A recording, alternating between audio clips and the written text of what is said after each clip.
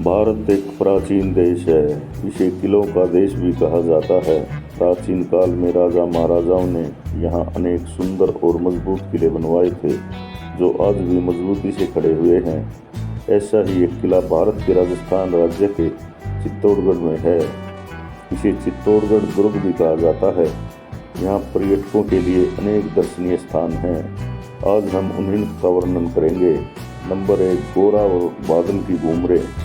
पद्मिनी महल से दक्षिण पूर्व में 2 गुंबददार इमारतें हैं, जिसे लोग गोरा और बादल के महल के रूप में जानते हैं।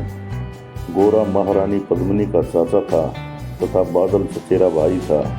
राव रतन सिंह को अलाउद्दीन के खेमे से निकालने के बाद युद्ध में पांडुपोल के पास गोरा वीरगति को प्राप्त हो गया था और बादल युद्ध में 12 वर्ष की अल्पायु में वीरगति को प्राप्त हुए थे। देखने में इमारत इतनी पुरानी नहीं मालूम होती, इनकी निर्माण शैली भी कुछ अलग है। नंबर 2 पर है कालिका माता मंदिर। पद्मिनी के महल के उत्तर में बाईं ओर कालिका माता का सुंदर और ऊंची कुर्सी वाला विशाल महल है। इस मंदिर का निर्माण मेवाड़ के गुहिल वंशीय रोड राजाओं ने करवाया था। मूल रूप से यह एक सूर्य मंदिर था।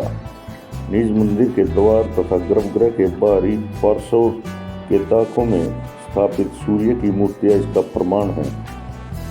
बाद में विदेशी आक्रमणकारी मुसलमानों द्वारा ये मूर्तियां तोड़ दी गई थी और वर्षों तक यह मंदिर सूना रहा था। उसके बाद इसमें कालिका की मूर्ति स्थापित की गई। मंदिर के स्तंभों, छतों तथा अंत्य द्वार पर खुदाई का काम उच्च कोटि का है। महाराणा सज्जन सिंह ने इस मंदिर का जीर्णोद्धार करवाया था। यह बैसाख शुक्ल अष्टमी को यहाँ पर बहुत बड़ा मेला लगता है। सूर्य कुंड। कालिका माता मंदिर के उत्तर पूर्व में एक विशाल कुंड बना हुआ है, जिसे सूर्य कुंड कहा जाता है। इस कुंड के बारे में मान्यता यह है कि महाराणा को सूर्य का आशीर्वाद प्राप्त था तथा कुंड से प्रतिदिन प्रातः सफेद घोड़े पर सवार एक सशस्त्र योद्धा निकलता था, जो महाराजा को युद्ध में सहायता करता था। पत्ता तथा जयमल की हवेलियाँ। गोमुख तथा कालिका माता के मंदिर के मध्य में जयमल पत्ता के महल हैं, जो अभी भी खंडर के रूप में हैं। जयमल राठौड़ और पत्ता सिसोदिया अकबर से युद्ध लड़ते हुए वीरगति को प्राप्त हुए थे। महल के पूर्व में एक तालाब है, जिसे जयमल पत्ता जलाशय कहते हैं। जलाशय के तट पर बौद्धों के 6 स्फूट बने हुए हैं। इन स्फूटों को देखकर अनुमान लगाया जा सकता है कि यहाँ कोई विशाल बौद्ध मंदिर रहा होगा। जौहर स्थल। कुंभा महल और कीर्ति स्तंभ के मध्य एक बड़ा मैदानी हिस्सा है, जो चारों तरफ से दीवारों से घिरा हुआ है।